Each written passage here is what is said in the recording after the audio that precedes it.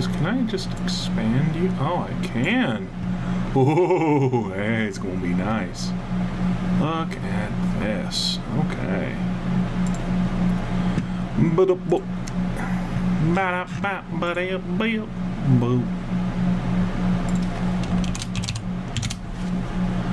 Oh boy. I guess I'm live now. Check. 1, 2, test 1, 2. Oh, look at that. It says starting soon. And let's just unmute myself real quick. Oh, there it is. Oh boy. That's comfy. All right. So, welcome again. It's me again, Margaret. That is an ancient shitpost, by the way. So, power to anybody that actually, knows that artist. So yes, so it is Tiny. Hey, Shy Fire, how you doing? Hey, everybody. Hey, Biggest Buggus and everyone else. So, my name is Manatee Outlaw, aka Tiny Prancing Horse, aka if you knew me on 4chan when I was writing for 4chan, that would be as Brand New Right Fag. And well, how do we want to start this? So this is a how to turn your passion into business panel. So at an incredibly high level, we will be doing a bit of a masterclass on, hey, Tiny, I'm already writing, or I'm drawing a comic, or I'm making music, or something like that. How do I turn that into money? And so that's sort of what I'm here for. A little bit about me before we sort of dive into it. So again, the series that I do is called They Are Small, and I'm just going to post it in here just so you can see that it's a real thing. And you'll notice there's Discord links, Twitter links, and Patreon links. You go to the Patreon, I'm at about $800 a month, give or take.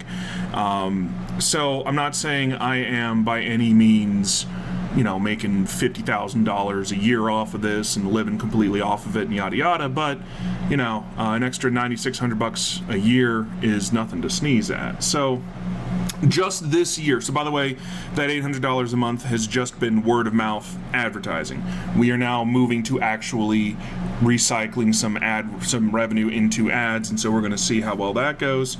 So if I am invited back to the Vancouver Pony Expo for 2022, I'll let you guys know, and we'll make that happen. So a little bit about me is that, yes, I am a writer, and I am making some money off of the writing, but also at a high level, I am a small business owner.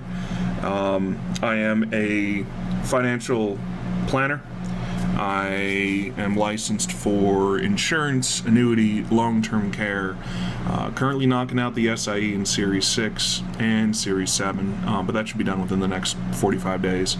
So I do money and all of that stuff for a living, and then I do this sort of stuff for fun, and I'm able to make a little bit of a profit off of it. So for this panel, it's going to be a little bit weird, but I not only am willing and able and encourage questions. So if you're like, hey, I don't know how to find my target audience, or hey, I want to do this or that or the other, I would be more than happy to answer that for you. If you do have finance-based questions as well, how do I build and accumulate wealth? How do I protect wealth from financial shocks or from shocks to the market?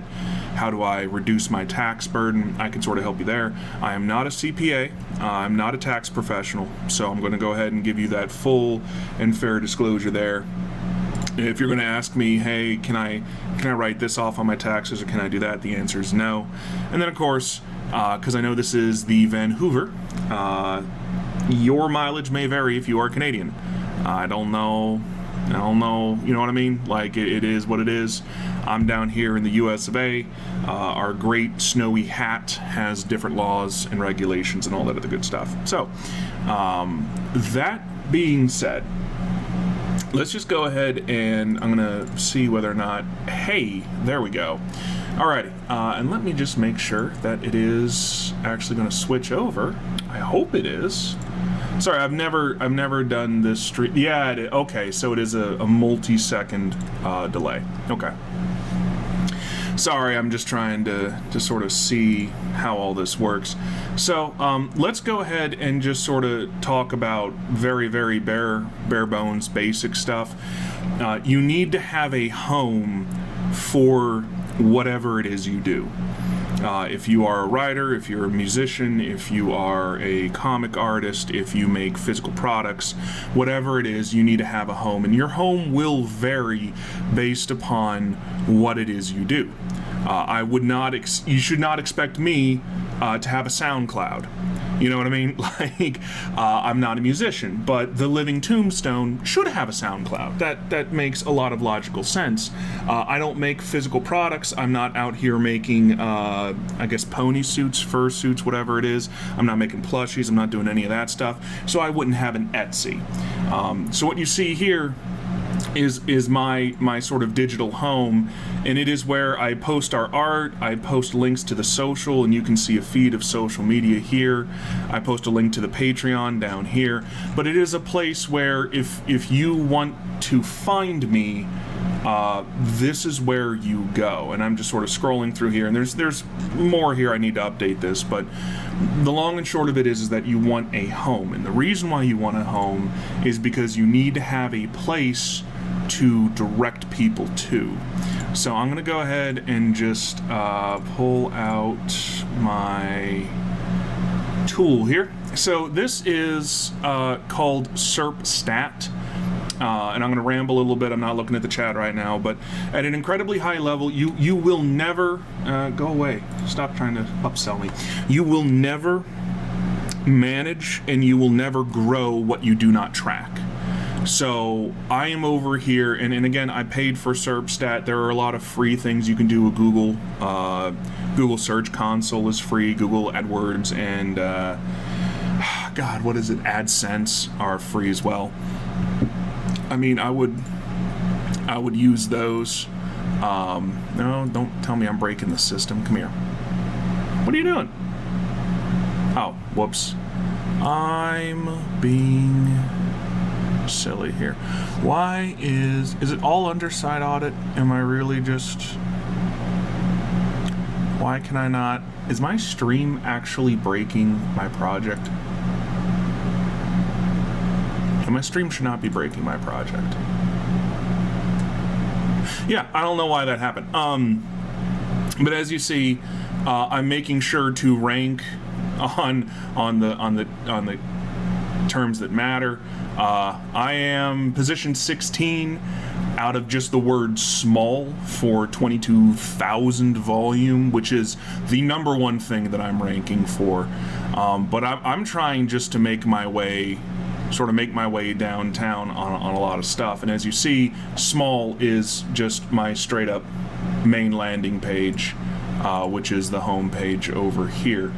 So you want to, and I guess I have to keep going back to my projects because the stream is just being weird. You want to track everything.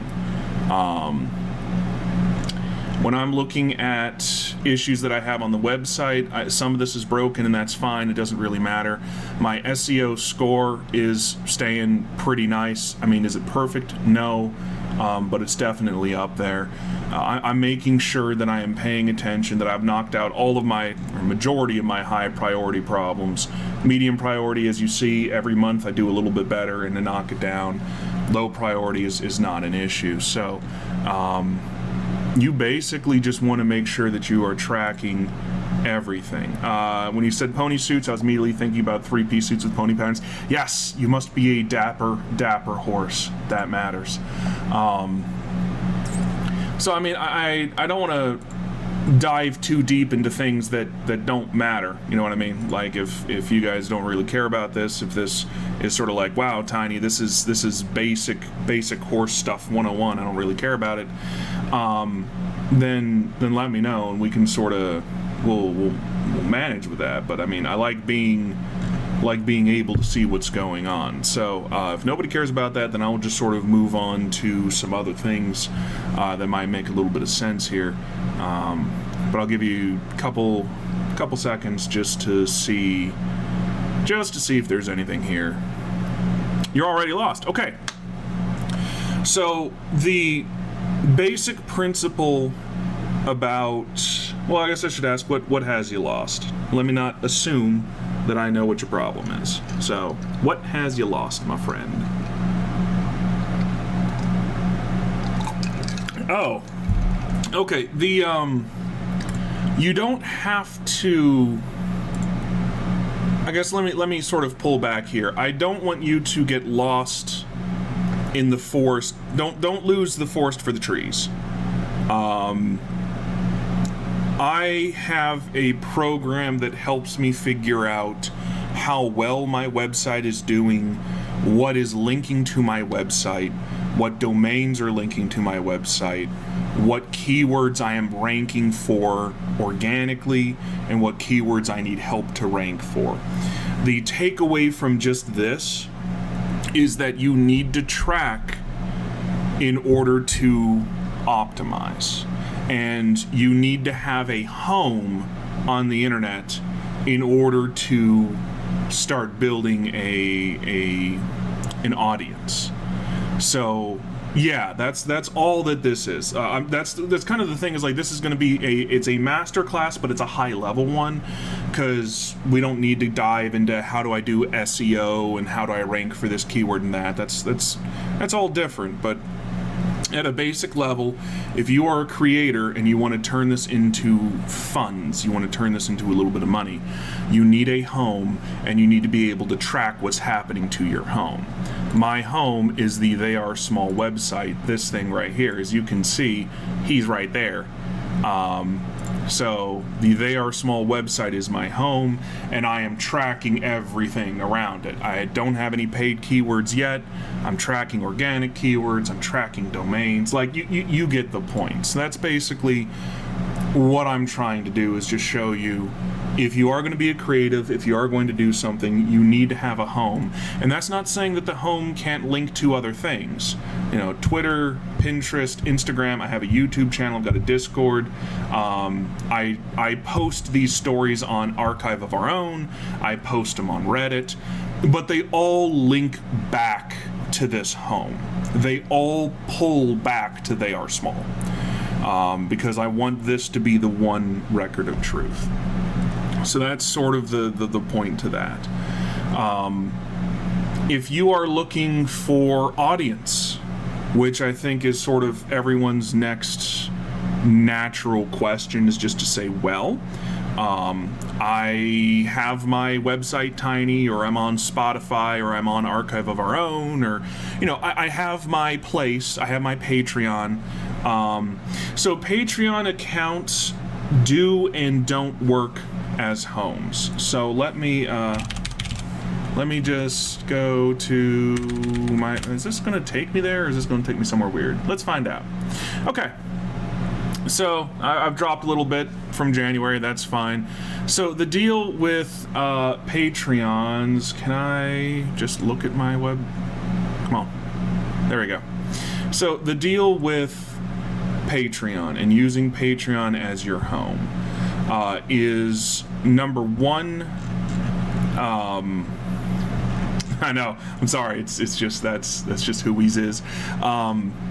When you get into the soup to nuts, like the nuts and bolts bit of your page, like not necessarily income, but you see how limited I am here. Like, I can look at my patrons, and I'm not going to, because there's personally identifiable information there, but I don't really have the depth that I do here.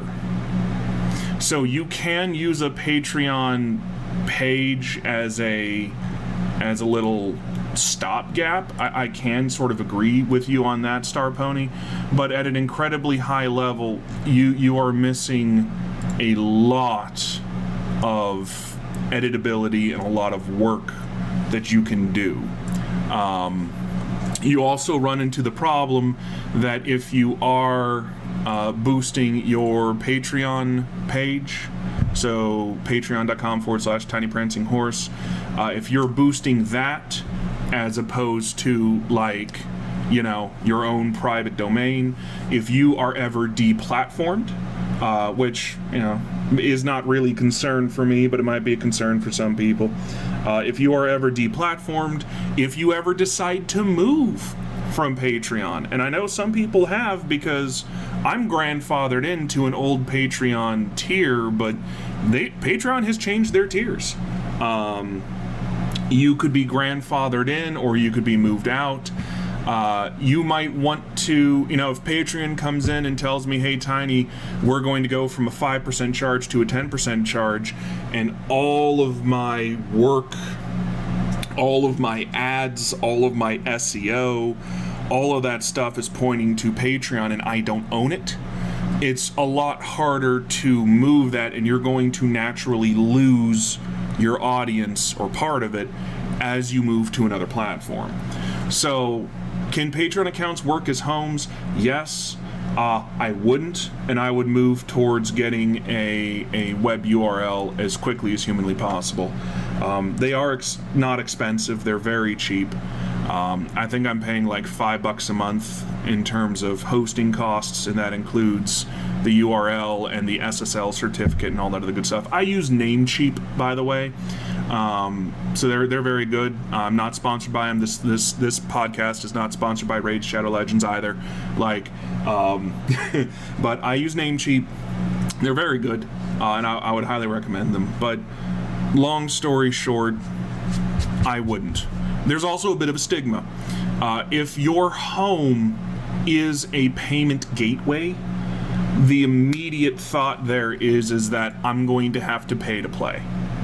And I can't tell you how many times, if you go to my Patreon, everything there is free. I literally use Patreon as nothing more than just another archive of the writing that I do. I run on a freemium model.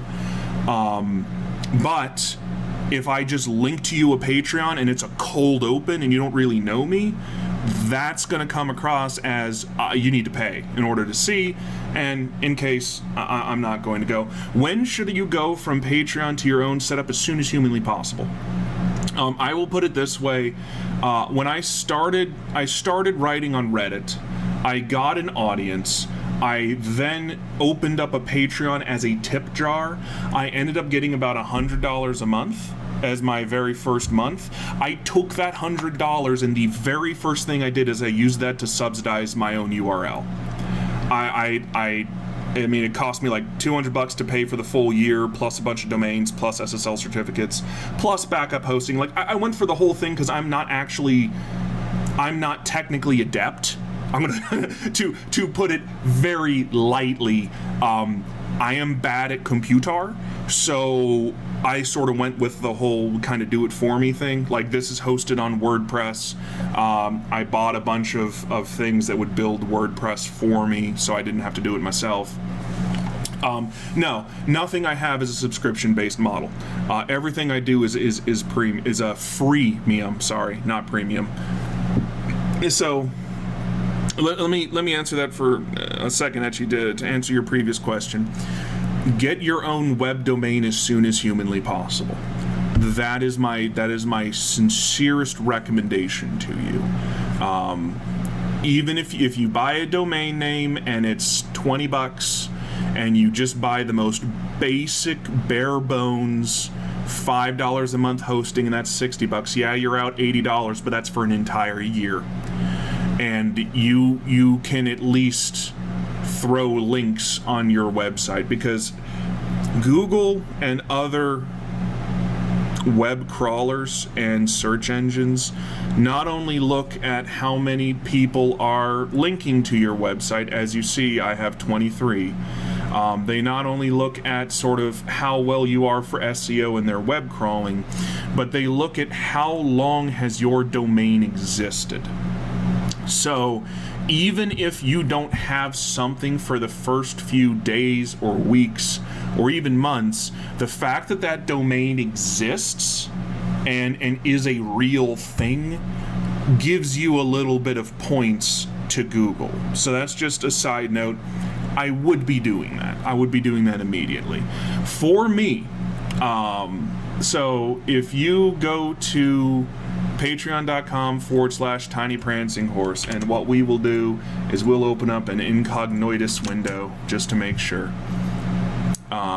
Yeah, I'm 18 or older, which is fine. And I just do that because I don't want to. So here we are. Here's my goals. Everything I do is open. You can read it here.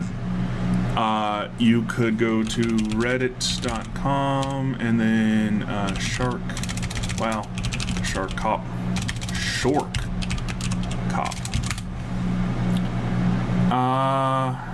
I guess I didn't rank for it yet. I did do Short Cop. Let me just pull it from my previous server here, and then just grab it. Control C, Control V. And as you see here, the entire thing is here. Oh, 183, that's nice. As you see, the entire thing is here. It is a freemium model. There it is. So light danced across Mona's eyes, light danced across Mona's eyes. It's literally the same thing. So how I do it, and this might not work for you, it all depends upon. Oh, oh, well that's helpful. Yay! I don't know how to use this streaming software. So just pretend really hard that didn't happen, and now you know my first name is Eric, so that's fine. But here you go. So like light danced across Mona's eyes, and then if we go to my posts and we go to my published posts and we go to Short Cop and we view it, we see light danced across Mona's eyes. So it's, for me, I do a freemium model. Yeah, I know, etchy.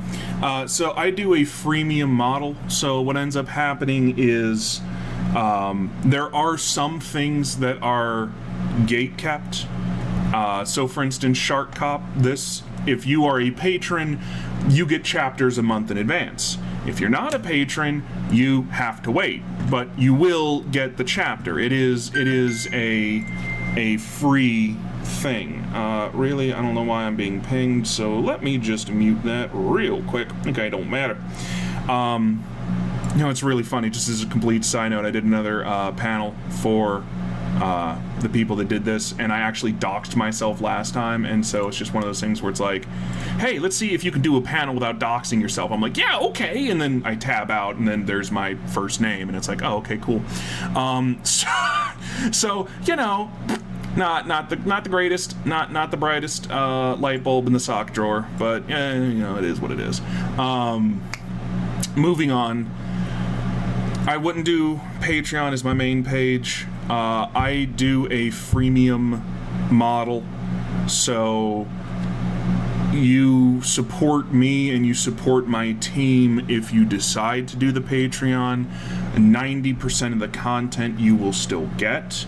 That's right, I'm not the sharpest mouse in the light bulb manufacturing industrial complex. But anyway, so your mileage may vary. It all depends. If you look at some of the popular artists out there, and I'm just going to use Brayburned because now he's just Bray. He's gone from horse to just furry. You'll notice that, yeah, he's got a Patreon and all that good stuff, but that all leaks. All of it leaks. So instead, he just releases it, and he releases it a month afterwards. So if you're so I use Namecheap. Namecheap is the place I use for everything. They host my WordPress, they host my WordPress backup, I buy my domains from them, all of that. So it is what it is. But I mean, it all depends on what you're doing. It all really depends on what you're doing. If you are making music, do you take your tracks that are just straight up bangers and make them free, and then the rest of the album you charge for? Is it a subscription model? If you're making art, do you just release stuff a month or 2 weeks after, or whatever it is? Or do you just not and operate your Patreon as a tip jar? I mean, it all depends, and it's all going to depend upon what you feel comfortable with. You know, if you know, like Seth Zintanch, I'm just saying that just because he's a shit poster. But if you look at his stuff, he's got a Patreon, and as far as I can tell, there's no benefit to it. It is just a pure tip jar, and you can only like do $1. But it is what it is. You know, and then you look at like the guy that does a crap guide to D&D. I forget his name. But I mean, he's got multiple different levels, and you can get sketches and you get your name and all that other good stuff. So it all depends.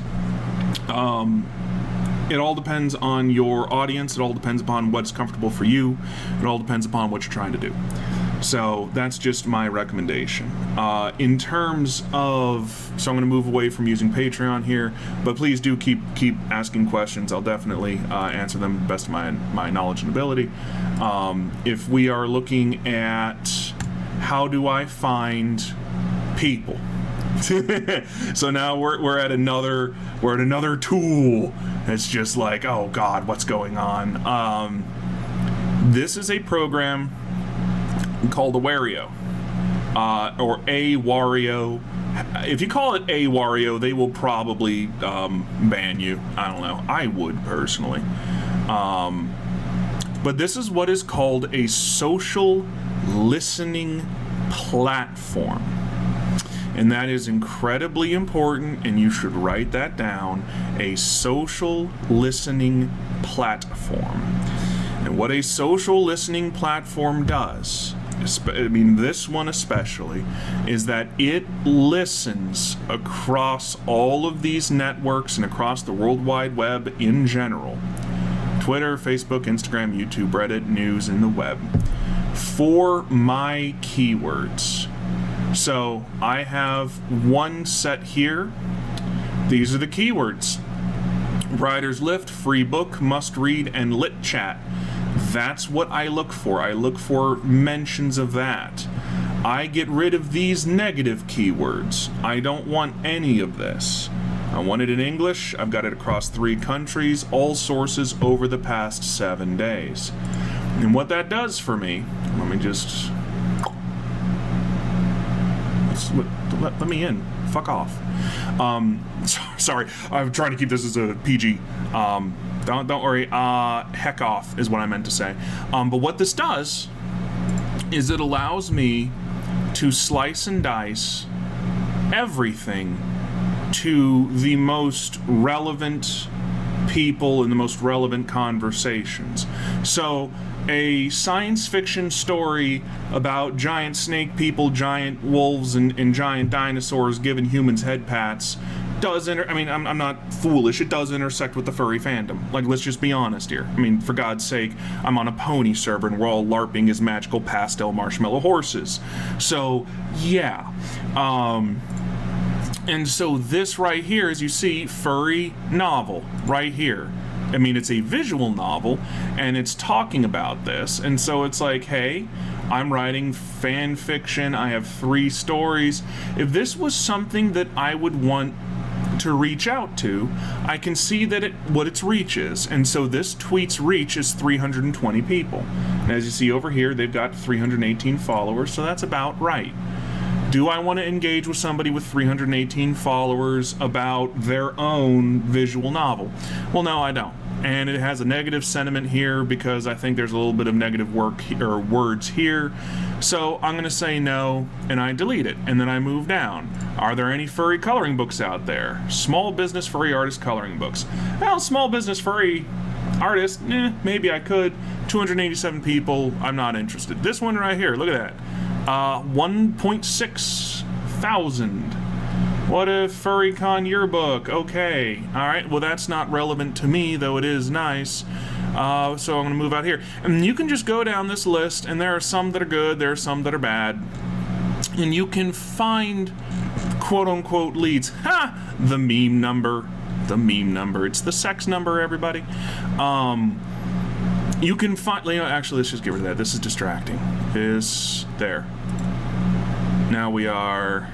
Oh, what was that? Hold on a second. Was that actually a good one? Love story, 50 Shades of Gay? No, it is not. Okay. That's also cracked. Don't steal from independent people. Come on now. Alrighty. If I wanted to go out into the larger universe, then I've got this.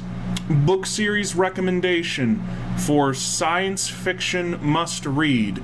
If I respond, if I hit a fucking reply, good heavens, I'm sorry, if I hit a reply here, don't mean to curse, my bad.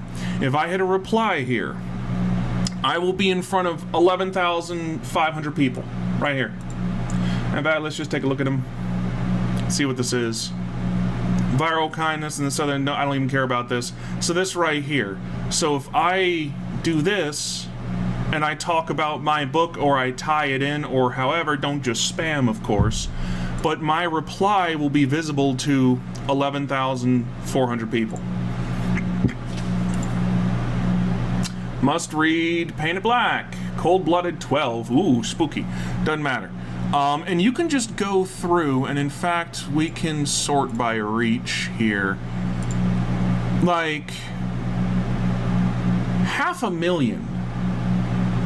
I could engage with this guy and be in front of 500,000 people if it was valid. Romantics expense, RWA, free book, CEO ladies, humble, oh God, oh, that hurt me to see. No, stop sending me this. Anyway, we're going to ignore this. This is spam and they should feel bad. What is this? Is this the same thing? There we go. Sexy PI Wade Parker. Well, that's not it. You know, what do we got here? Independent Author Network. A novel of the ancient world. So it's hit or miss. But it allows you, I think a Wario is about $200, give or take. It depends on the level. It depends on how much you want to do. But I'm not saying you need to buy a Wario etchy. I'm saying you need to look at social listening platforms. Because, and here's the key, I can look at my domain, see what I am ranking for with my organic keywords, right? Here's where I'm ranking. Plug that into my social listening platform, and now suddenly I have people that would naturally be going to my website that I know because I'm tracking it here, and I can reach out and touch them. And I can reach out and talk to them. Would appreciate a writer's lift. So I have a book next month, and Tamara Ferguson retweeted. So that means that Tamara Ferguson is most likely going to ping people. So maybe I ask her to retweet me, and she throws me in front of 151,000 people. Probably not. I'm probably too niche for that, but you're getting my point, though. It's exactly. This is the difference between cold calling versus finding hot leads. This is the difference between I am literally just spamming things out there versus, oh, okay, you know, I'm paying attention and I'm trying to talk to people that would make sense to me. One thing, I don't want personalized ads. Go away. Go away. So you'll see, I have a steady stream of memes, and then it looks like it's mostly memes. I have a steady stream of memes. Then every so often you will see I have a story snippet, and then there's memes, and then there will be a story snippet, and then there's memes. And so the question is, of course, how are you able to do this without spending your entire life on it? And for that, you will need what is called a social media scheduler. A social media scheduler is the way to go. As you see here, and I've basically pulled out the last week of December. I think we go up to the 30th, don't we? Yeah. So I pull out the last week of December, and I really need to add more memes. I haven't done that in the past couple weeks. But I go in across Twitter, Pinterest, Facebook, and Instagram. Of course, not LinkedIn. I don't want anybody to know that I actually do this. But I go through and I schedule all of my memes for the month. And I schedule them in advance. It takes about an hour to do. And I have people on the server that are making memes. Like Shukaku is somebody that's making these pretty fancy memes for me. And as you see on the weeks that I don't have memes scheduled, I'm still dropping some story information as well. So there's never a week really where I'm not active on social media, and this allows me to stay relevant. So I do not pay people to make memes for me. What I do, and I think this is incredibly important, and I'm going to go back to the website, and I'm going to go to the dank memes. I have official art that I give that, like, I'll make and then I'll hand out. There's fan art, which I have not updated because it just slows the hell out of the website, but we'll get there eventually. And then these shit posts are all out of date as well. But as you see, as my emojis sort of roll in, you might notice something as you look at them, other than the fact that they are all shit posts of the highest quality. The entire point of... Okay, how do I put this? You'll notice these faces here, and then you'll look at my memes and you'll see the faces here, and you see the same faces, and it's like, wait a minute, people are just grabbing like this emoji right here, and then they're just throwing it on a picture here, and then they're giving it to me. The way you get this is not only having a good product, but the way you get this is by removing friction. In the Discord server, there are Dropbox links that I host to every single emote that I have ever made. Not only are the emotes for the people of the server to use, but as I even put in this media page, feel free to add these to your own server. These are free use. You may have them forever. Just don't claim that they're yours, but you may enjoy them as your own. You've heard of the foolish and non-enforceable closed species. Like, I think the people that are doing protogens or primogens have it as a closed species. That doesn't actually exist. American copyright law and trademark law is very black and white because Disney runs that joint, and that you have many free use areas of copyright and trademark law. And that's the reason why you can have your own Mickey Mouse Sona, and Disney doesn't just send the Burger King hit squads to your door to kill you. It's sort of the same principle here, and I didn't mean to go on that little ramble, but the long story short here is that you want to remove friction. If you sit there and you say, you can't play in my gated garden and these are all mine and no one else can do anything, well, two things will happen. Number one, no one else will do anything. Nobody will touch your stuff. Nobody will play in your sandbox because of the fear that you are going to make a big stink about it. And then number two, the people that are going to play in your sandbox are going to do so antagonistically, so to speak. They will do it and they will not care. They will do it and it will not be flattering to your intellectual property. They will do it and they might as well just make money off of it because screw you. So what you want to do is you want to reduce the friction. I am in constant contact with everybody on my Discord server. And by that, I mean I make myself available to everybody on the Discord server. There is never a time where I'm over here like, no, don't talk to me, or you know, get away, or whatever, whatnot, what have you. If people have good ideas for emotes and emojis, I pay to have them made, and I pull it out of the Patreon dollars, and I do that. And I make all of them available as downloadable links to anyone to do anything. If you come to me and say, Tiny, I want to draw this, but how can I make it happen? I will help you draw it. I mean, I'm not going to, hold the pencil for you, but I'll tell you, do you want to make it canonical? Do you just want to make something up? Go do what you want. Like, go have fun.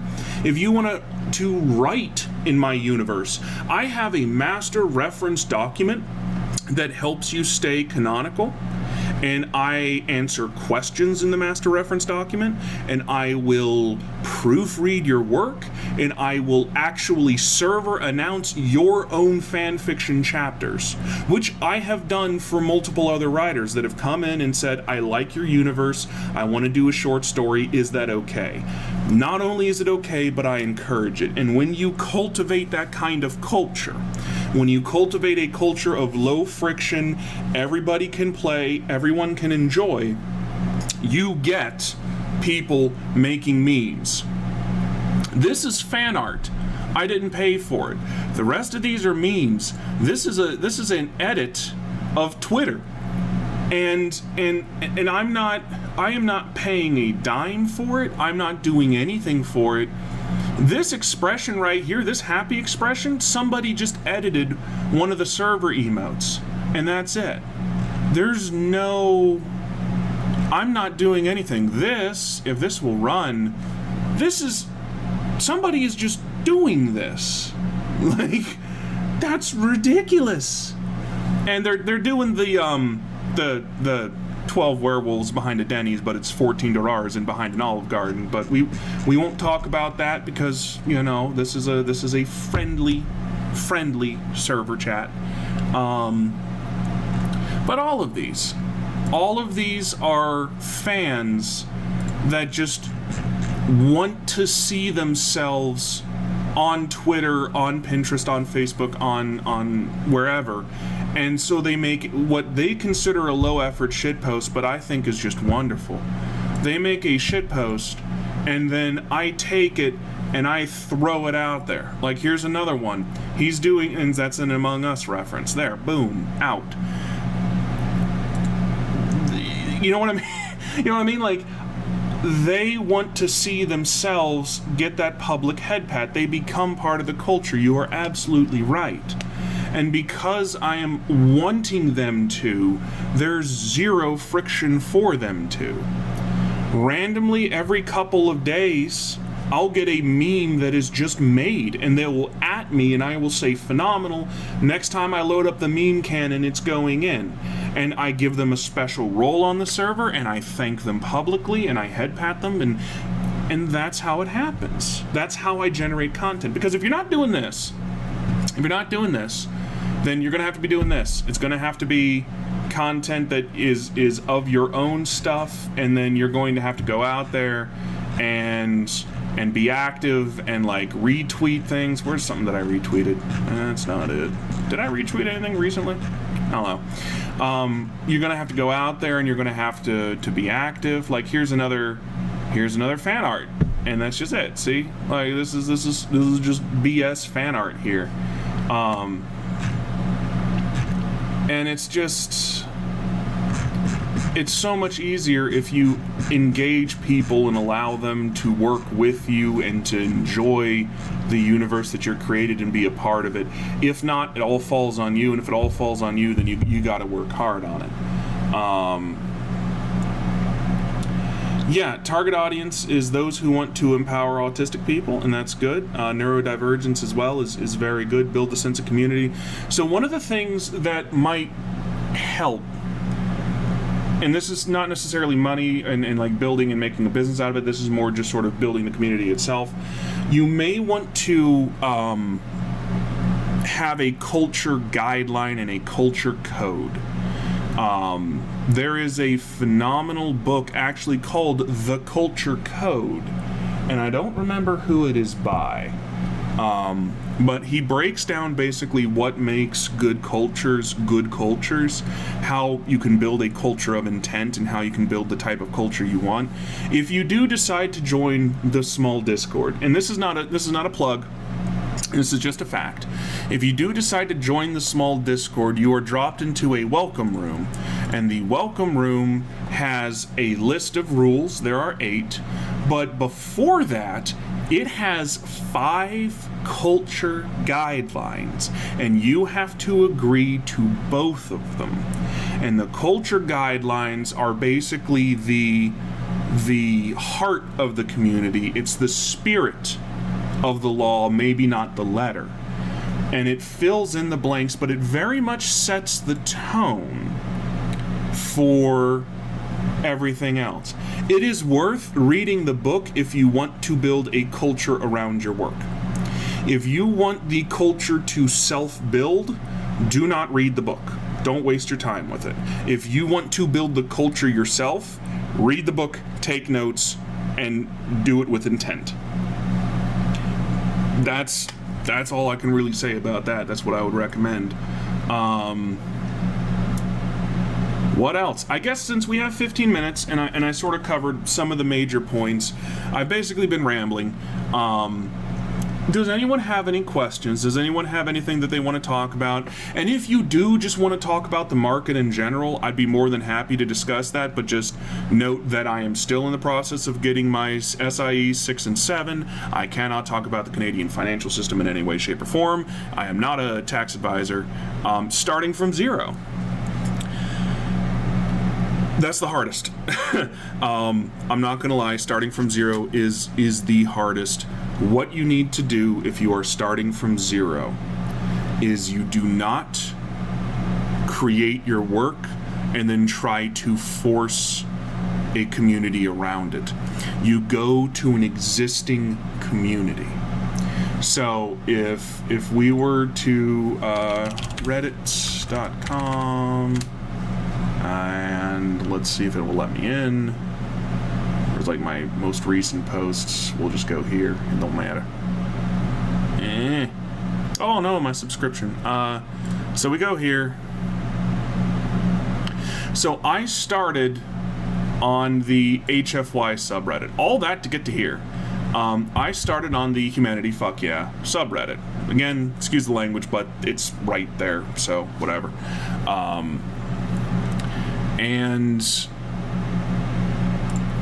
I built my initial market. I built my initial fan base on this subreddit that already has 159,000 people. Now, is it 50 million people and I'm going to be the next J.K. Rowling and blah, blah, blah, and then I'll be outed as a transphobe and just, have this great fall from grace? No. Also because I'm not transphobic. But, it's only 150,000 people. If even, roughly 10% initially read my work, and maybe half of them have stuck around. I have about an 8,000 to 9,000 person readership base. But this is where people already are. Because of the nature of the platform of it being Reddit, they are open to reading fan works.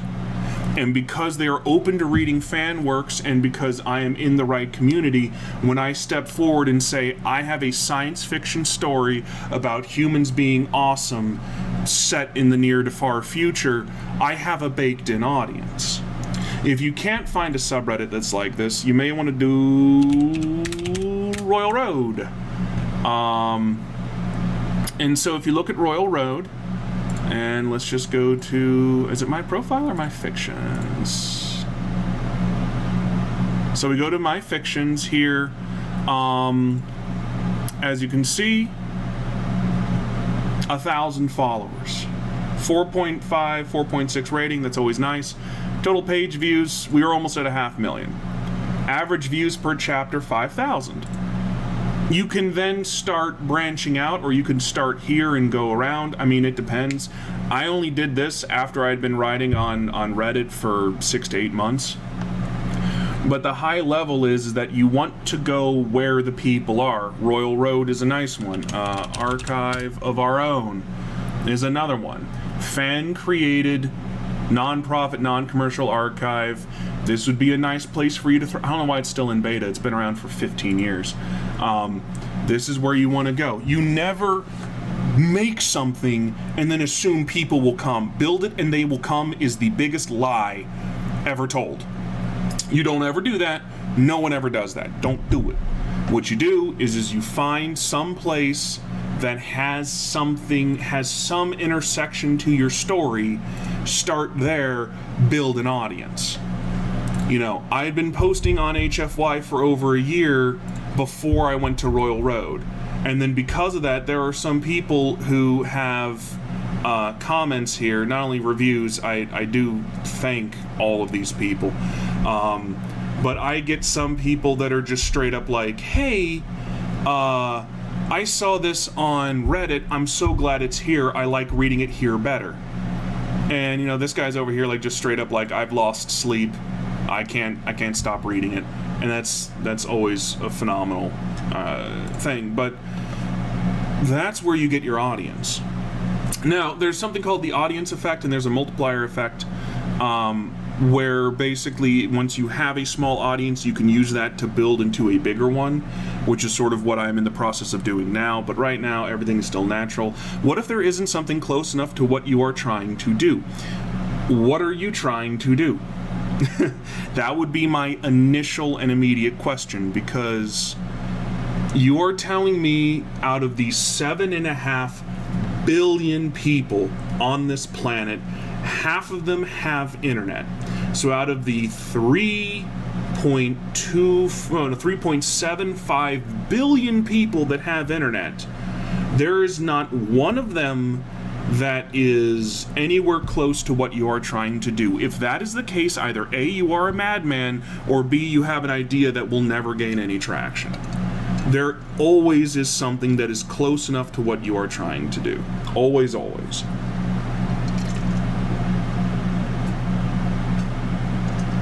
Now, it might take you a little bit, and sorry, it was a little drink break. It might take you a little bit of time to find them. I'm not going to pretend that they're just going to be out there, but yeah, okay. Like let's look at They Are Small real quick. Let's look at They Are Small. Not Shortcut, but Shortcut's there too. So I had to find people that like to read. So there is a giant audience, people who like to read. And then we shrink that down to people who like to read science fiction. Okay, so people who like to read, to people who like to read science fiction, to people who like to read furry science fiction, for lack of a better term. So people like to read science fiction, people like to read furry science fiction, people who like to read comedic furry science fiction. Okay, so you see how I'm starting to slice this pie thinner and thinner and thinner? So people who like to read comedic furry science fiction, people who like to read comedic furry science fiction that's serialized, that's not just one big novel, that's released weekly. So now I'm in an even smaller pie. People who like to read serialized weekly furry science fiction, or people who like to read serialized weekly comedic furry science fiction. You get what I'm saying? Like, you see how many adjectives there are in front of my target audience, and I have gone from 5 billion people on the planet down to maybe 20 million on the entire planet. But if I just capture 1/10 of that, if I get 2 million readers across the entire globe, I am on the New York Times bestseller list. And I'm getting a movie deal, and Kanye and I are rapping in the studio, and I have a falling out with I'm guessing a supermodel at some point somewhere, because that's what happens, right? Like, you don't need to don't try to swallow the ocean. Don't jump out there and say, well, if I can't swallow the ocean, then what I have is too niche. Define what you're doing and go down as far as it does to make sense, and then start looking for audiences in that bubble. or in that bucket, or however you want to, in that corral, in that stable, because we're horses. You know, what you're trying to do, like let's go for Star Pony. Star Pony is trying to build something for people who are autistic, neurodivergent, and their allies. So now we've closed it. And it is writing, if I remember correctly. So they want to find autistic, neurodivergent, and their allies who enjoy reading. You know, like you see how that bubble shrinks, but the target audience becomes more and more defined. As you define your target audience, you will find out where they live better. And then you can start targeting that. And then you run into the fun part of, well, you've saturated your initial target market, where are your other ones? Basic financial advice applicable to all. Patient mentality. Oh, God, all right. This is such a good question. I have 10 minutes. In practice, there's a 90-minute gap after me, so I'm going to talk for the entire 90 minutes. Hold on a minute. Catherine, I am going to talk for the whole 90 minutes. And I'm just going to make a menacing face, and that's it. Okay, cool. So apparently I have like another hour and a half of just rambling. So we're just going to ramble. It's going to be great. Okay. So now we're going to switch to sort of financial advisor mode here. So Prodigy, I want you to imagine wealth and wealth building, because that is truly what you are asking. It's not just saving, but having an emergency fund, being able to pounce on investments when you come across it, not being afraid of money, not being concerned about where your next, living hand to mouth is, because you are wealthy and have amassed and built wealth. I want you to imagine wealth is a pyramid. And I know pyramids are supposed to be four-sided, but we're just going to make ours three-sided. So there are three sides. Cry. Let me just give my new.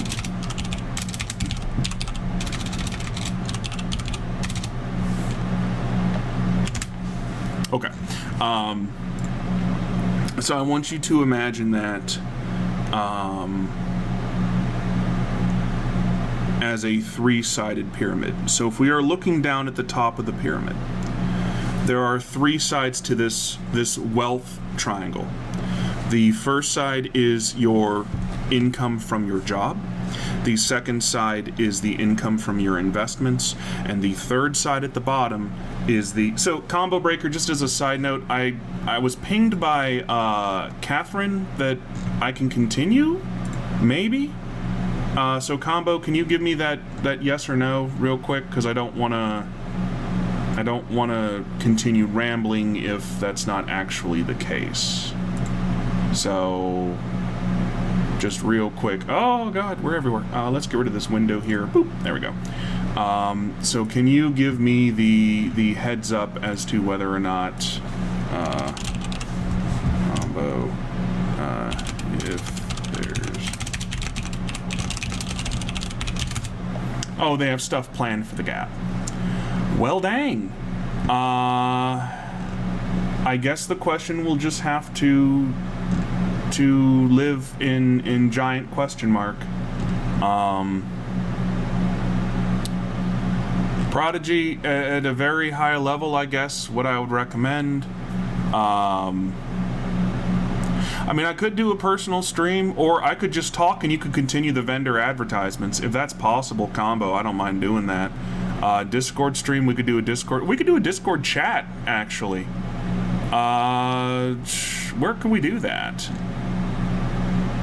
Yeah, just let me know. I'm fine. So, at a super high level, Prodigy, automate everything. If you automate it, you don't have a chance to screw it up. It's at an incredibly high level. If you automate your savings, if you automate your investings, that's where I would do. The three sides of your pyramid, if you're at a top down looking down, and so it looks like a triangle. The first side on the left is going to be your job. The second side on the right is going to be your investments. And the third side at the bottom is going to be your side hustle, which is basically what we have spent all this time talking about today. Your goal is to expand the footprint of this triangle. You want this to be a large triangle, and it doesn't matter if it becomes an acute or an obtuse triangle. That's fine. Don't worry about it. But what you want is you want to create what's called a virtuous cycle. And all I'm going to do is I'm just going to keep talking until somebody cuts the mic. So combo breaker, just let me know what's good. What you want to do is you want to expand the footprint of this triangle. So your job right now pays money into its investments, into your savings and all that other good stuff, and pays money into, yeah, I mean, we can do Discord. Like, that's kind of the thing, is I'm just trying to see sort of who does what and where and what they want me to do, because I don't want to, yeah, I don't want to sort of take away from anyone's. I can go till 7. Okay, nice. Thank you very much, Combo. I appreciate it. So right now your job is your job, and let's just be honest. And I'm going to make it easy. I'm just going to assume that, you know, you're making $50,000. Well, just whatever, just because of math. But your job is your job, and you are doing whatever it is that you are doing. Your investments may not exist, and I'm going to assume that they don't. Your investments are a wasteland. That side of the triangle doesn't exist, and you don't even have a side hustle. You're not doing Grubhub. You're not doing, you don't have an OnlyFans. You're not doing whatever, right? You are just where you are, and all you have is your job. So the goal here is to create a virtuous cycle between the 3 sides of your triangle. You want money from your job to go into your investments and a side hustle. You want money from your investments to help pay for your side hustle and to help you become more skilled at your job. So for instance, if you were making $50,000 and you are in IT, it would be super nice if one of your investments could be sold and then pay for Six Sigma certification, or to pay for an A+ certification, or Microsoft certification, or Google cert, or whatever it is, and then suddenly you can go to either your boss or to a different company, and instead of making 50 grand, you're making 60, because now you have a certification. And then you can take that extra 10 grand and pour it into your investments, or pour it into your side hustle. If we look at my triangle, I am a financial planner and a financial advisor for my day job. I have my investments, 401k, a Roth IRA. I do have savings, and I do have other things that I'm speculating in. And then at the bottom, I have my writing, which is $800 a month. Now it's $700, but whatever. When I lost my job due to COVID, way back in the beginning of this year, and I started getting on unemployment, I still had my side hustle going on, so I was still able to make ends meet. And then my side hustle paid for my certifications, to be life insurance licensed, to be annuities registered, to all that other stuff. My side hustle paid that, and then I was able to take my new licensing and go to another company and say, hey, you should hire me, and then they did. So now that I have a job, I'm taking the money from my job and I am pouring it into my side hustle, and I'm doing Facebook ads, and I'll be doing Google ads, and I'm paying for this, and we're doing that. I have a visual novel coming out. Like, I'm raising the visibility of my side hustle. And what will that do? Well, maybe instead of being at $700 a month for the Patreon and 5,000 readers, if my visual novel becomes a little hit, if I'm able to do a journalist ladder, if my Facebook advertising takes off, maybe now I'm at $1,100 at my Patreon and 10,000 readers. Okay, well, now that I have $1,100, you get what I'm saying? You create this virtuous cycle between the 3 sides of your triangle, and that naturally will help you grow. If I had $1,100 a month coming in from my side business, well, if I can pour $500 a month of that into stocks, bonds, CDs, mutual funds, and it pays me 5% a year. Okay, so at the end of the year, I've put $6 grand into investment vehicles that are paying me 5% of that. 5% of $6 grand, that would have been $600, so that's $300. I'm getting $300 a year. You know, what is that? $20 a month for free forever? And I could take that $20 a month, and I can now pay for my hosting of my website forever from that $6 grand of investments that I made. So that's a good question, Etchy. It all depends. My entire goal, so what I do is I try and get you to work optional as quick as possible. So if my side hustle, and this is just true, so let's just pretend I become a Twitch streamer, e-thought, I'm selling my bath water, you know, all that other good stuff, and I'm making $1 million a year from my quote-unquote side hustle. Your side hustle could either A, stay as a side hustle. I like working in the financial services sector so much, I might not ever quit. I might just keep doing that. But if your side hustle becomes your main hustle, if your writing is able to pay for your bills, if your art is able to support your lifestyle, then you basically take that part of the triangle. It is now your day job, and now you need another side hustle.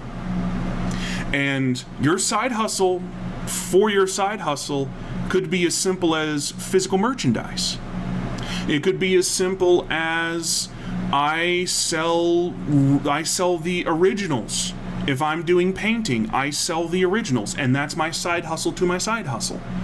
It could be that, you know, if I'm doing music, that my side hustle to my side hustle, instead of like my actual albums and whatnot, is that I go and I do royalty-free music, or I go and I partner on different programs. And if I do the entire musical score for this indie video game, I don't want any money. I want 5% of sales. I want a 5% net profit. And then I have 7 or 8 or 10 video games that are using my soundtrack, and they pay me a royalty check every month.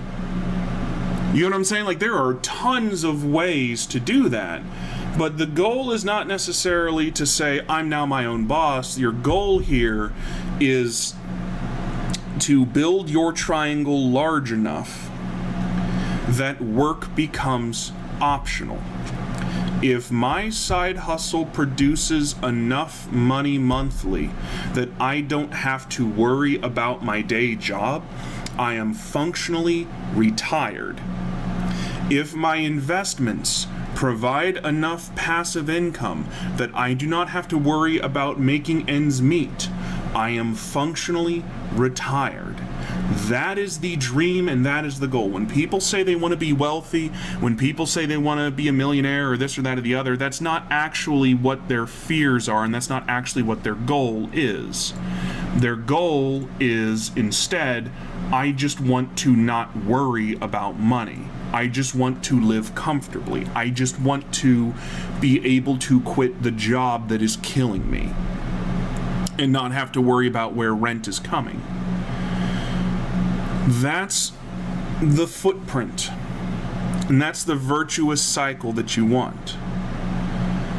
Remember, I said this is a pyramid, so now you are now standing in the desert, and you're now looking on the side view of the pyramid, and there are 3 levels to the side view. There is the base of the pyramid, the foot. There is the middle of the pyramid, and then floating above the pyramid is this eye. It's really weird. Don't understand. It says E pluribus unum. I don't know French. Doesn't matter. So, what are these 3 tiers? The bottom, most basic tier is defense. Defense. Defense. You need to play. No, it's not Latin. It's not Latin, it's Japanese. Don't worry about it, Star Pony. It's a joke. By the way, Star Pony, it is a joke. I am being silly. Don't worry. You want to play defense before anything else. And I think this speaks to a little bit of what Prodigy was asking. And Prodigy, I don't know if you're still here, but if you are, thank you for starting this rambling. I do appreciate that. The bottom of this pyramid is defense. So let me ask a question, and this is going to be a real question that I'm going to ask. And I know there are some people here that have some pretty fast fingers, so we will see. But if I have $10,000 and I invest it into the stock market and I lose 10%, let's say I lose 10% in 2019, how much money do I have starting in 2020? If I have 10 grand and I lose 10% in 2019, how much money do I have starting in 2020? Anybody? This is a real question. I want y'all to do the math. 9,000, correct.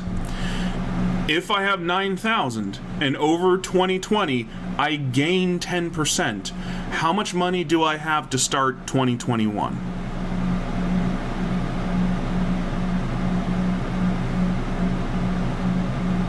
So if I have 9,000, I gain 10% over 2020, how much money do I have to start in 2021? That is correct. So you look at that, and a loss is harder to recoup than a gain. Managing your downside risk. No, Prodigy. Come on now. No, Etchy. No, Prodigy. No. CR is correct. If I have $10,000 and I lose 10%, I am at $9,000. If I am at $9,000 and I gain 10%, I am at $9,900. We're not talking about taxes. We're not talking about any of the fun stuff you can do there. That's not the point. The point is that a 10% loss and a 10% gain does not make you equal. A 10% loss means you need to have a 12.5% gain in order to be even. So, what do? We need to limit our downside risk. This is done through insurance. This is done through a safety net, which is people say have 3 to 6 months of your income saved up in cash. That's an incredible amount of money that you're not doing anything with. 80 to 85% of most emergencies that an American, and again, can't talk about the Canadians or anywhere else, but that an American will face, tap out at about $2,500. So if you have $3,000 saved in cash, liquid form, that you can just use on a card if something happens, you will cover a majority of problems. To give you an example, in the past week, I have been hit by a car, my roof sprung a leak, the sump pump in my basement broke. So my deductible for my car insurance is $500, and to fix the sump pump was $750. So I pulled it out of my $3,000 emergency, and yeah, I know. 2021 is just really, so far, not the greatest. I'm going in for an MRI Monday. I have some lasting nerve pain, so it's a little bit unfortunate, but it's nothing that everybody's too concerned about. But I'm okay. Like, long story short, I am okay. I mean, for Pete's sake, I'm doing a panel, so I'm not in that much dire straits. But that was a $1,150 hit that I just needed to take. I have $3,000 in cash. Hit done. Play defense. No, it's not a joke. No, I mean, like, I legitimately, I got hit by a car. Hold on a minute. Let me see if I can we'll just make, I won't post pictures. You don't need to see that. But I can post pictures. And it's just like, oh, I got rear-ended. Anyway, long story short, yeah, I stopped at a construction zone, and the guy behind me decided not to stop and use me to brake. So that's cool. Long story short, though, we have good car insurance. Oh, do I have? I don't know. You're not saying Pixar didn't happen, but you are saying Pixar didn't happen, huh?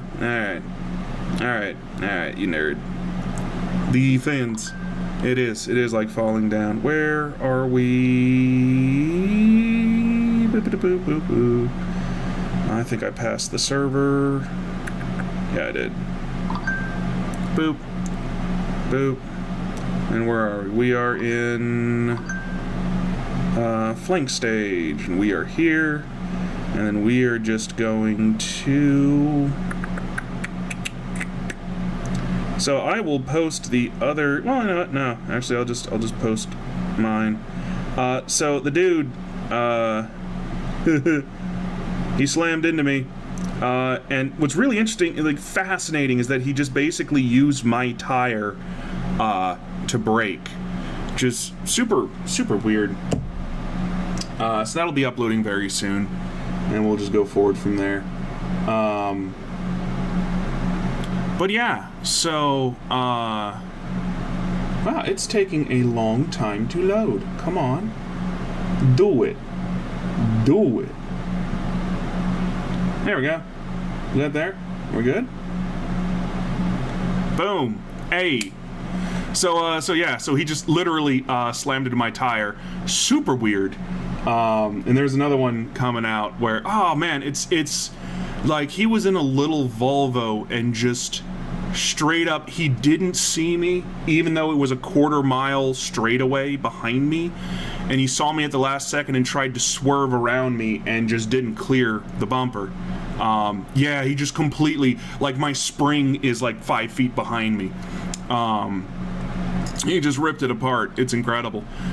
So if there's any of you, yeah, right? So long story short, yeah, in the last week I got hit by a car, my roof sprung a leak, and my sump pump broke. So that was $7,500, or no, $7,500, $1,700. No, $1,170 that needed to be, pulled out. So anyway, picks have been provided. Now nobody can say nothing. Anyway, yeah, right. But you got to. So I have great car insurance. I use State Farm, and we have uninsured motorist, and we have medical cost coverage, and we have rental car coverage. And does it cost a little bit more? Yes. I mean, but I have my house with State Farm too, so because we bundle it, it's cheaper. They're taking care of everything. So I am out a total of $500 for my car. State Farm has already coughed up $2,000. They might be coughing up another $3,000 to fix it, and that's not counting my medical bills, and that's not counting the cost for the rental car that is now in its second week, and I'm not paying for it. I got my $500 deductible, and that's it. My leak in my roof is covered by homeowner's insurance, so that was taken care of, and it was covered by the warranty that I bought for the guys that came in and did the house. The plumbing thing, well, yeah, I had to eat that one, but that was basically part of the emergency fund. You have to play defense. If you are renting, get renter's insurance. I don't care that you're in an apartment, it's $15 a month. If somebody kicks down your door and takes all your crap, what do? You just don't have anything anymore. If you have renter's insurance, you at least get some of that back, if not all of it. Have car insurance. Yeah, I know, it's a pain, and there's all these extra little things, and it's $20 here and $50 there and all that other good stuff. Get it. I don't get involved in car accidents every year, but when I do, shit, I'm going in for an MRI on Monday. 3-hour one too. So like but I'm covered. I'm covered for $20,000 of medical expenses. Like, oh, okay, cool. That's phenomenal. Have life insurance. And I know this is silly, and it's like, well, Tiny, why would I do that? I've got 1.1 on me. And the reason why I have 1.1, yeah, capitalism hates me, right? The reason why I have 1.1 is because I've got $250,000 left to pay down my house. I have $100,000 of student loan debt, so that's $325,000. And then I have my elderly mother that I want to take care of. So the other roughly $700,000 would be for her for the remaining 20 years of her life, to pay for any medical expenses, to pay for day-to-day bills, and to allow her to have a little bit of luxury. I have 1.1 on myself. If I end up getting married, if I end up having kids or adopting them or stealing them from playgrounds, I don't know how it's going to happen,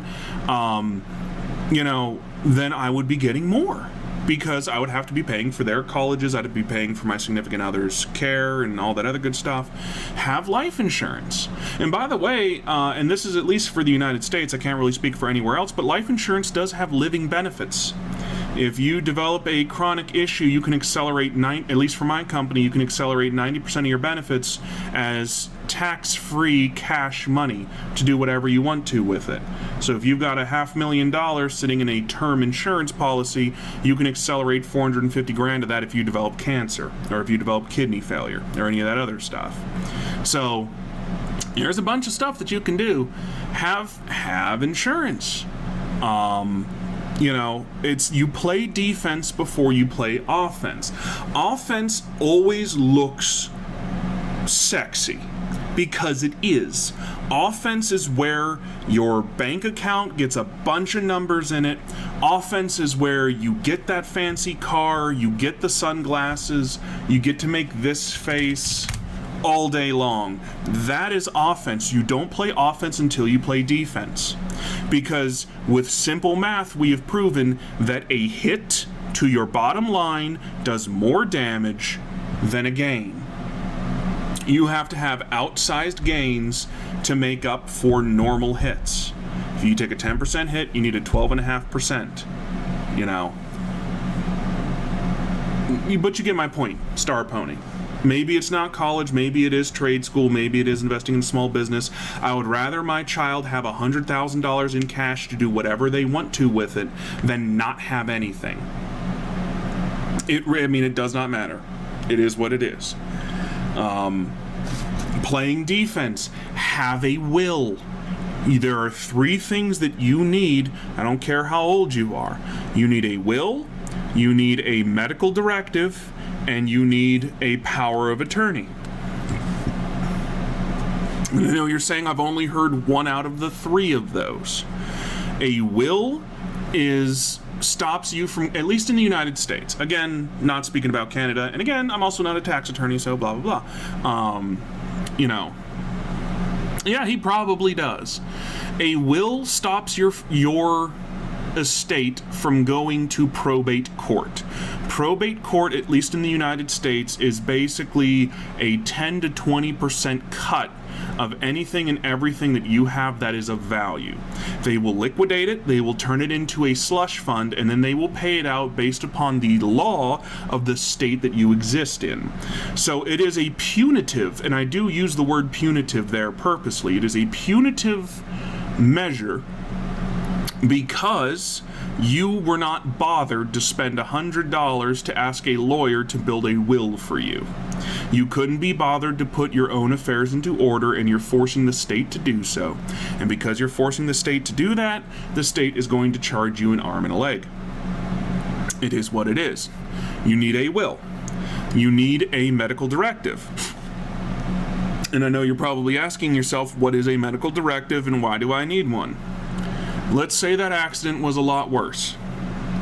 Let's say instead of behind me, he T-boned me, and instead of me just having a little bit of nerve pain, I'm in a medically induced coma, which could have happened.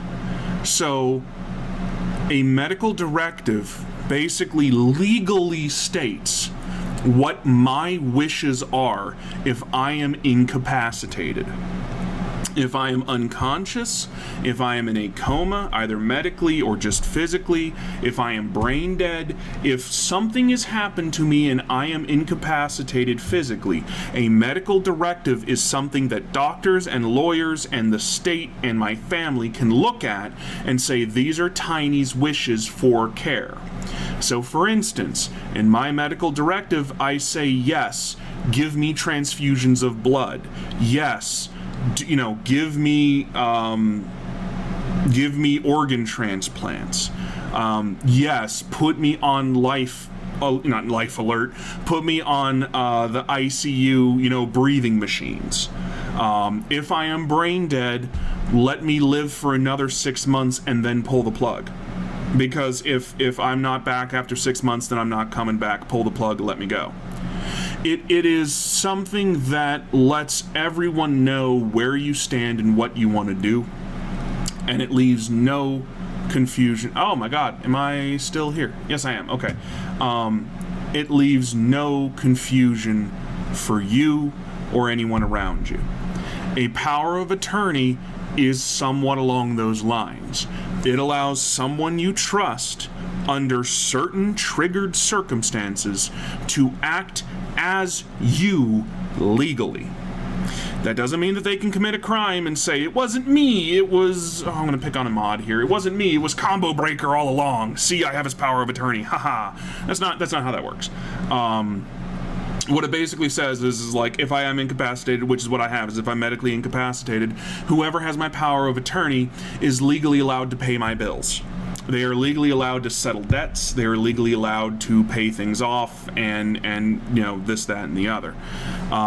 You need all three. It is part of playing defense. It stops your downside risk. So stopping your downside risk is 99% of the way to build wealth. Yes, you expand your triangle, but it's not what you make, it's what you keep. You can make $1 million a year, and if you're spending $999,999 a year servicing debt, servicing a lifestyle that you can't sustain, playing, keep up with the Joneses, then you're not wealthy. You're going to die poor. You have $1 a year to spend doing anything else. It's not worth it. If you are making $50,000 a year, but your expenses are only $20,000 and you have 30 grand a year to play with, you are going to be retired within a decade. Real talk, yes you will. Like, there's a bunch of stuff you can do. It's not what you make, it's what you keep. It's not what you pay, it's what you get for what you pay. It's not about how much you can make, it's about lowering that downside risk. Play defense first. So hopefully I've hammered that into your head, because now we can talk about offense. And offense is fun. Offense is a lot of fun because it's all about making a lot of money. It's about that, stonks go up. It's about the Bitcoin and all that other good stuff. There's no reason not to start a side hustle. And that's kind of the thing. Yes, it's more viable to work on the personal income side. Yes, you will be making your larger gains that way. But a side hustle could be that you work for DoorDash. A side hustle could be you drive for Uber. A side hustle could be anything. It's just bringing in additional money when you are not at your normal job. So don't think of side hustle as just writing or art or whatever. A side hustle can be literally anything, but it is something that you yourself manage and can grow. That's the most important part. Let's talk about offense. Well, firstly, let's first just see who's even here, because it says I'm only streaming for 19 viewers. There are only 19 people here. I know Etchy's here. I know Spot's probably here. Star Pony's here. Anybody else here?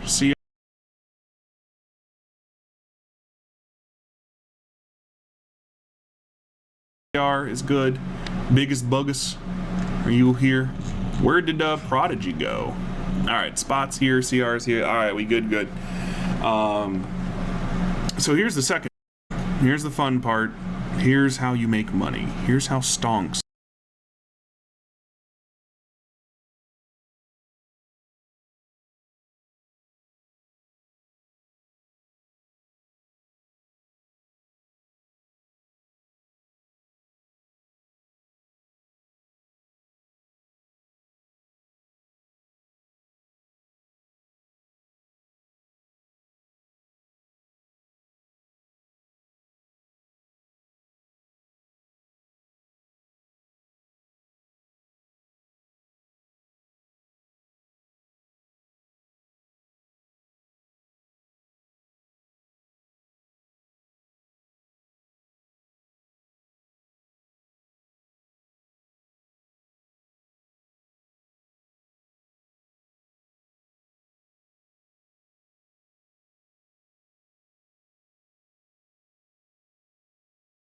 Chat is having issues at the moment. All right, it looks like a network error. Ooh. Okay, I'm back. I refreshed. I think we're good. Just another check. Here. I'm good. All right. I'm just gonna keep rambling. I'm gonna keep rambling, and nobody can stop me. So there are 3 buckets by which you can put your income in. There is the double and triple taxation bucket, there is a single tax bucket, and there is a never tax bucket. If you have a private investment account, you are on Robinhood, you are on Webull, you have a TD Ameritrade, you are in the the double and triple taxation bucket. And I'm sorry, but that's just the case. That bucket should be the last bucket that you put your money in, and it should be the last bucket that you work on. That bucket also includes business income. My Patreon is double and triple taxed. No, there's no tax fraud here. That would definitely be a felony, and I do not advocate tax fraud. Let me just, on the record, pay your taxes. Pay your taxes. So, if you have a normal investment account, now follow me here, your income is taxed before it goes into your bank account. You then take your already single taxed money and you put it in an investment account. If your investment grows and you sell it, you are taxed again. If your investment pays you dividends, you are taxed on your dividends. And then if you sell the underlying investment, you are taxed on that. If you take your dividends and reinvest them into the investment, you are not only still taxed on the dividend, but you are then taxed when you sell it again. You are in a double, triple taxation bucket. That is just the name of the game. That is the fact. So, single taxation. If you have heard of a 401k, this is a single taxation bucket. And again, Canada has its own version of this. And check with, if you are employed, check with your employer as to whether or not they offer a 401k. Odds are they do. Vancouver flank stage, is that, what is that? Do I need to click it? I'm going to click it. Let's see what happens. Is that me? There's me. All right. Cool. Comfy. I'm going to close it now because I don't really know what's going on. A 401k takes money out of your paycheck before you are taxed. So if you make $50,000 a year and you have 10% of your money going to a 401k, $5,000 a year will go out into a 401k account in your name, and the government will tax you as if you made $45,000 a year. So it is a pre-tax investment account.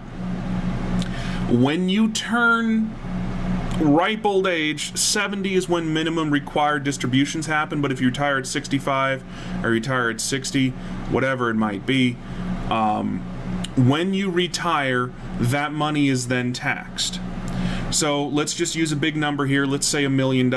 You work for 30, 40 years. You have $1 million in a 401k. When you retire, that money is taxed as you pull it out. So you don't have $1 million in your 401k. Functionally, you have about $600,000. About 40% is going to be eaten by taxes because the IRS will always get theirs. Always. That is the single tax bucket. If you have a, multi-taxing, there you go. I like that. So you have your multi-tax bucket, which is your individual investments, and you're doing that. If you have a business, that's multi-tax. If you invest in real estate, that's multi-tax. Your single tax bucket is 401k, for example. So you're getting your money pulled out, it's lowering your overall tax, you're saving for the future. Your never tax bucket, which I like to put all of my money in the never tax bucket. For all intents and purposes. Who's pinging me? Who are you? Angela Q's Wed League. Who are you?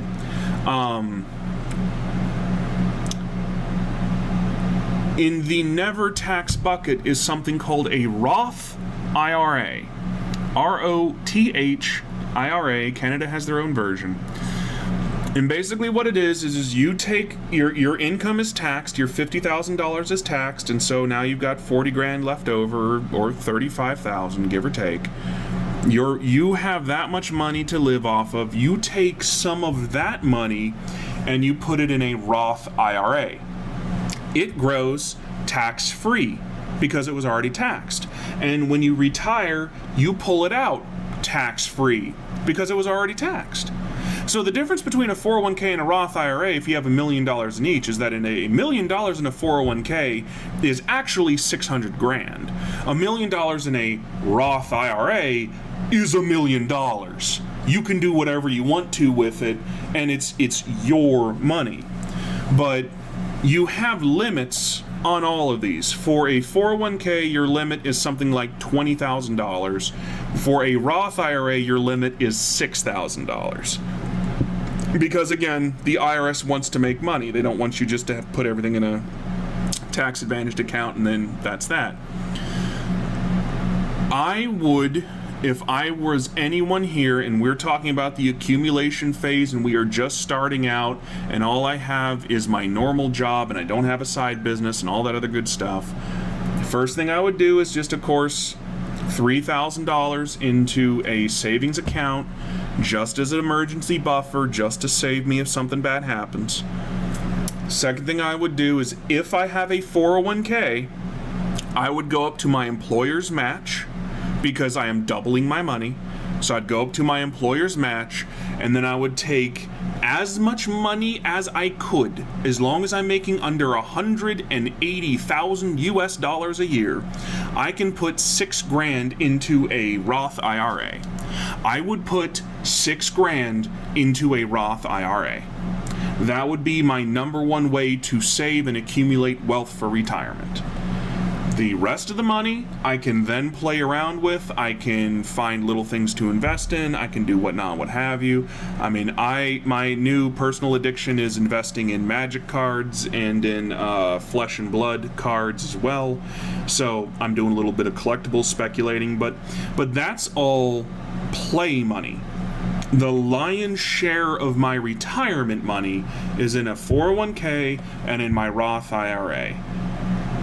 So can I have multiple IRAs? You can manage your own IRA, and you can have multiple IRAs. The limit is the same across all of them. So you can have 28 IRAs and put $1,000 in each of them, and then you've hit your $28,000 limit. You can have one IRA and put 28 grand into it, and that's your 401k. You can have 28,000 IRAs and do that. So now we're starting to get into a lot of really, really, really deep questions. If you are self-directing your IRA, yes, you can use it to buy property. Let me just double check that. Because I think the caveat there is that it cannot be the property you live in. Yes, you can hold real estate in your IRA, you have to self-direct it, and any property you buy has to be strictly for investment purposes. Neither you nor anyone you're related to by blood or by marriage can use it. So if you want to take your IRA and buy a condominium in Florida and you will never use it and it's purely for investment, then yes, you can do that. But you can't use an IRA as a down payment for your own house. What the hell? Who are you? Why are you calling me? No, I'm not answering that phone call. All right, look at that. I'm talking about dodging taxes, then immediately I start getting phone calls from weird numbers. Interradasting. Long story short, Roth IRA, 401k, it's free real estate. It's free money. Do that. when we run into the problem, yeah, right, the IRS would like to know my location. When we run into the problem of, Tiny, I want to invest in houses, or I want to do this, or I want to do short selling, or all that other good stuff, you should have expanded your wealth triangle large enough that you have that free play money. You should not be sitting here making $20,000, $30,000 a year saying, I want to short Tesla, or I want to, I want to play stonks on Wall Street bets. If you're making, under $50,000 a year, again, limit your downside risk, limit your taxes, save that money. You want to put it in a Roth, you want to put it in a 401k, you want to put it in some investments that make sense to you and your risk tolerance. That would be the way I would go and what I would do. If you are breaking 70,000 and up and your debt is under control, then we can start talking about, okay, I want to be in index funds and I want to be in individual stocks that are paying dividends, and I can sit down and I can actually dump 10 grand a year into dividend stocks, knowing that you're only going to be getting 3 to 5% of that money back as cash. Dividend stocks are not going to pay for your lifestyle until you have a lot of money in them and you've waited a long time. You put 10 grand in and you're getting paid 5% a year in cash. You're being paid $500 a year. That's nice, but that's not going to cover everything. And then you also have to understand that inflation is roughly 2% a year. So if your money is not making 2% a year over year, you're losing money. Savings accounts are nice, but I don't put a shit ton of money in savings accounts, forgive my French. I don't put a lot of money in my savings accounts because inflation is between 1 to 3% a year. I shorthand it to 2% a year. Savings accounts pay 0.35%, maybe? If it's a high paying savings account, maybe closer to 1% if they're super duper nice. My money is worth less money year over year that's kept in a savings account, but again, that's the reason why I have 3% in why I have $3,000 in a savings account, and then the rest of my money is in some form of investment. I can still liquidate the investments, but I'm not over here doing this. Well, Etchy, your entry-level job, which means you're getting paid probably, and I'm just going to make some broad assumptions here, between $15,000 to $25,000 a year. Even if you're tapping out at like, I'm getting paid $20 an hour, that's still like $30,000 a year.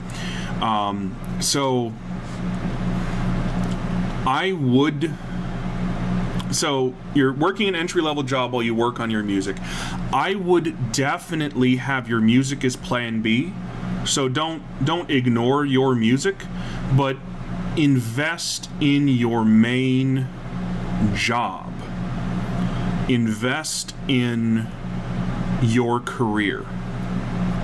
I have been working in technology and technology sales for 13 years. And now I have moved to finance. I mean, I did some work in finance and bank and consulting for 2 years, and now I'm in straight finance and financial services. I can command a salary if I need to. If my financial services job does not work out, if in a year or so I'm barely making ends meet and I need to go back into the tech field, I can do so, and I can do so at a salary that I can live comfortably on. That is always your plan B. Like, you need, again, limit your downside risk. Etchy, I don't know what your entry-level job is, but if you can double your pay in a year by getting certifications, by moving up the ladder, by maybe changing jobs and working for a different company after you've been there for a little while, that is going to get you further along the line to being able to make your music popular. And what I mean by that is that if you are, I mean, let's say you're making 50 grand. Okay, so you go to a managerial position. I'm assuming you're working retail. Managerial position will probably be around 45 to 47.5. You'll probably tap out at 55 to 60. So let's just say you go from 22,000 where you are now, 25,000 to 40 grand, just 40 grand flat. You have doubled your pay. With that doubled pay, your outflow has not doubled. If you are able to stop lifestyle creep, because now that you have all this money, you can go do all this stuff. If you can stop lifestyle creep and stay at your same level of living but double your pay, now suddenly, all right, let's just be honest here. Let's just assume you make $45,000. You're not putting anything into a 401k. You're not doing anything else that I'm talking to you about. And you just pay flat taxes, like what, a fucking probably 15%, give or take. So your probably take home is 37,000. I'm gonna probably shave off another 2 just to be fair. So 35,000. And again, I am not a tax professional. I am making all of this up. Do not get a tax professional. But let's say you're making 35,000 and your outflows are still at 15 grand. So since you've doubled your pay and you still outflows are still at 15 grand, you have another $20,000 to do something with. You could spend $1,000 a month on Facebook ads for your music, as opposed to just having a SoundCloud and hoping that people find you. You want your day job to be able to pay for that side business. You want your day job to be able to accelerate it. Small is just now, like they are small, is just now going to be getting marketing and advertising. And I'm going to try and drop at least $300 a month on Facebook ads just for they are small. And if that doubles and triples and quadruples my readership base, and suddenly my Patreon goes from $800 to $2 grand a month, well, hot diggity damn. Like, but I couldn't do that unless I was making enough money in my day job. Your goal should always be to become a professional in whatever industry you are in. You want to be a highly paid, high-trained professional. Invest in yourself, make the money, and then use that as the foundation for your virtuous cycle. Because the long story short, and I know I'll get to you, Prodigy, in just a second, but the long story short is that the investment side of your triangle is the slowest side. The day job side is every day. The side hustle side is every day. For me, it's every month. I get a paycheck every month. From my side hustle, I get a paycheck every other week for my day job. Okay? Fast. The investment side of your triangle is measured in decades. Tens and dozens of years. So if somebody comes up to you and says, "Yeah, you know what? I can take that $10,000 and turn it into 50 grand in 6 months," they're lying to you. Or they want you to sell cocaine. It's one of the two, really. But either way, I wouldn't do it. The investment side is slow, but it is permanent. The day job is where you're going to make the bulk of your money to start the virtuous cycle. Your side business down at the bottom is going to accelerate it. But the investment side is sort of like that long pillar, that wall. It is that tried and true amount. I have amassed not a significant amount of wealth, actually, if I'm being brutally honest, especially if we take as much debt as I have versus my assets. I'm only up by $10,000 or $20,000, but I have a 401k and I have a Roth IRA, and I deposit money regularly into both of them. And over decades, I have probably another 30 years of work. Over the next 30 years, they are going to turn into very large accounts so that I can live off of them for at least 20 or 30 years, if not indefinitely, which is the goal. That's nice. That's the third side of the triangle. That's for future Tiny. The other two sides are for me right now. Star Pony asks, so Etchy, I hope that answers your question at least. Star Pony asks, what would I need to do to take advantage of hidden tax loopholes? That is an incredibly broad question. Firstly, and again, I am not a tax advisor. I am not a CPA. I failed accounting. Do not, if you have tax questions, you need to partner with a tax advisor, because the tax loopholes, quote unquote, that I know of are completely dependent on my situation. So for instance, I have student loan debt. I can write off the interest I pay in student loan debt from my taxes. If you do not have student loan debt, well, then that doesn't matter to you. And even then, that's not really a hidden tax loophole. It's a deduction. It's almost a standard deduction on your taxes. It all depends on the state that you're in. State taxes are different, man. I don't know what you're doing or how you do that, but it is what it is. Ooh, Catherine's only giving me 10 more minutes. All right, that's fine. Pretty high level stuff starting from the bottom is considerably harder for obvious reasons. If you can't currently rely on all of the quote-unquote compound interest, where do people find the grit to stop and prevent lifestyle creep? Prodigy, I'm just going to be brutally honest with you. Automate it.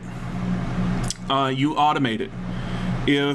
If you find that you are making a lot more money than you used to, and you don't want that lifestyle creep to hit you, I'll put it this way, I do have a private investment account, like where I have bonds and I have mutual funds and I have individual stocks and all that good stuff. Every paycheck, I have a certain amount of money that is immediately taken from it. And wouldn't you know it, that certain amount of money is exactly how much more money I make at this new job from my previous job. And it goes into an investment account. You could do the same thing for your 401k. You can do the same thing for your savings. You can do the same thing for investing into a Roth IRA, or if you want to, physical gold or Bitcoin or whatever does it for you. Automate it so at the end of the day, you count it as another bill. Like, my cell phone bill is my cell phone bill. I'm not over here saying like, oh man, I can't wait to overpay on my cell phone bill. I just view it as a bill and that's it.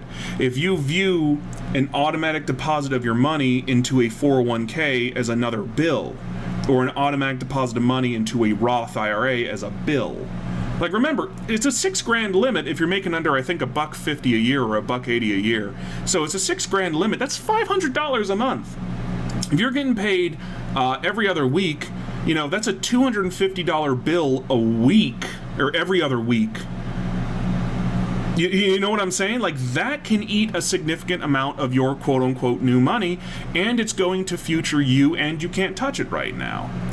That would be what I would do, is if it is automatic, if it is out of my control, 9 times out of 10, you won't fight it.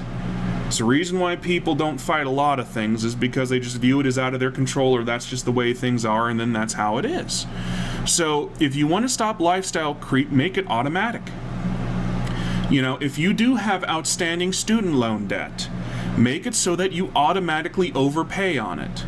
So every paycheck, there is another $80 draft from your bank account, and it pays down your Fannie Mae, Freddie Mac loan or whatever it is, and then at the end of every month you pay your normal amount. If you have a house, same thing. If you have a car, same thing. That kind of stuff will not only stop lifestyle creep, but it will accelerate you getting out of debt. And that's probably, I guess we'll leave it there, because again, I think I've got like 7 minutes left. I know it's where I'll leave it for this question. Getting out of debt is going to be one of the best things you can do for yourself. Because debt is not leverage. There is a difference between the two. Debt hurts you. So if you think about it, not only is a percentage loss harder to recoup, but you are being dinged a significant percentage loss on any debt you have outstanding, and you're also losing that money as opportunity cost from any future loans. So if I have a $10,000 loan that's at 5% APR, not only am I bleeding 5% a year on that 10 grand, which is not a small amount of money. But then if I could have put that money into an account that would have made me 2 or 3%, well, it turns out that loan is actually costing me 7% on my money. If my investments average 5% a year and I have a loan that is charging me 5%, every dollar that I'm spending on that loan is a cost of 10%. 10 cents out of every dollar is what I'm losing when I'm paying down a 5% loan. Like, that would be how I would get out of lifestyle creep. That's how I would do it. And eventually, when you start having more money than you know what to do with, like when you start looking at your bank account and you've got like 5 figures in it and you're like, well, what the hell am I doing with it? Then you can start living a little bit better. You can start living La Vida Loca. You know, if your Roth IRA is fully funded and you've got a good 401k going and your side business is going well and you've put money away in investments and you've paid off your debt, at that point you really are very wealthy, and yes, you can go, and because you've been such a good steward of your own funds, you can go and get some modest, some modest luxuries. I traded up from a 1995 Pathfinder to that Murano that you saw that got its shit kicked in. It's a 2011 Murano, and I've paid it off, but the jump between my Pathfinder to the Murano was significant, and I'm literally just taking the money that I would use to pay for my Murano car loan, and I'm putting it into investments. And then when my Murano finally dies, I will have a nice down payment for another car, if not the ability to outright buy another car. So you get what I'm saying? Like, you can sort of play these mental tricks with yourself to force you to live the same lifestyle that you're accustomed to. And I think with 5 minutes left, we'll do one last question, or if not, then we will call it a day. I am always down to clown to talk about finances, by the way. So if you want to DM me, if you have any questions, I'm more than happy to do that, of course.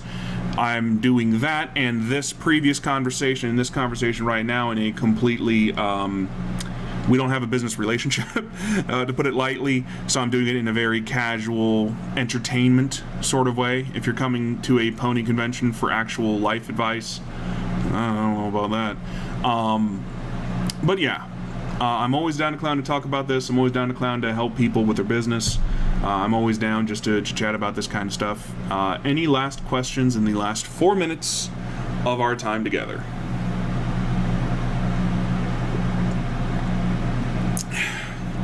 And Twitch having a 40-second delay is just incredible.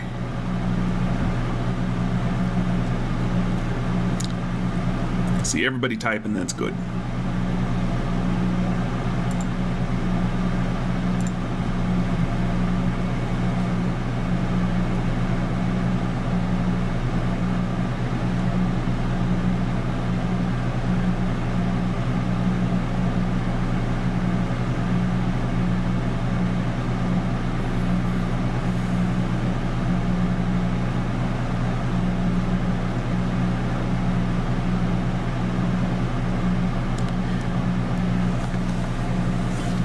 I'm glad I could give you guys some food for thought. Financial success stories, I mean, they wildly vary from place to place and person to person. Anything from reducing overall debt to paying off credit cards. I have a friend of mine that I basically helped her get to just her inflows equaled her outflows, and she works in a very stable environment, so that's fine, but every year she gets a bonus, and so we started to take that bonus, and instead of applying it to anything that she wanted to buy, we would just take that bonus and just completely eat debt. This month she's now completely debt free, save for her student loans, which are at 2%, which doesn't really matter to her. She's paid off her car, she's paid off the credit cards, she's paid off the personal loans. She's now completely debt free, and now she has all of this extra money coming in every month to have a lot of fun with. I can tell you some more if you want, and that's fine. Setting up a side income as an LLC or Canadian equivalent. I run They Are Small as a sole proprietor proprietorship because personally running it as an LLC is not going to be worth the hassle. I can run it as a pass-through LLC if I really wanted to, but again, now you're starting to ask tax consequences, because that's the only reason why you incorporate to begin with, is to set it up as tax. So the way I see it, the only reason why you need a corporate shell is one of three things. Either one, you don't want to be physically tied to what you do, you want to have a moniker or something along those lines. Number two, it's more advantageous for taxes, in which case you will need to talk to a tax provider. Or number three, you are selling or providing something that provides a significant litigation risk.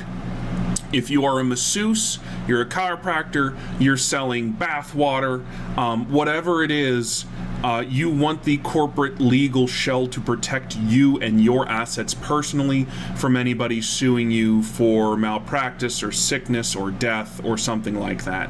Those are the only reasons why you would need a corporation. Outside of that, if you're a writer, if you're a songwriter, whatever it is, and we're at the level that we're at, again, not making tens of thousands of dollars a year, you're just sort of hanging out with me, in like the sub 10K club, run it as a sole proprietorship. It's totally fine. It's not a big deal.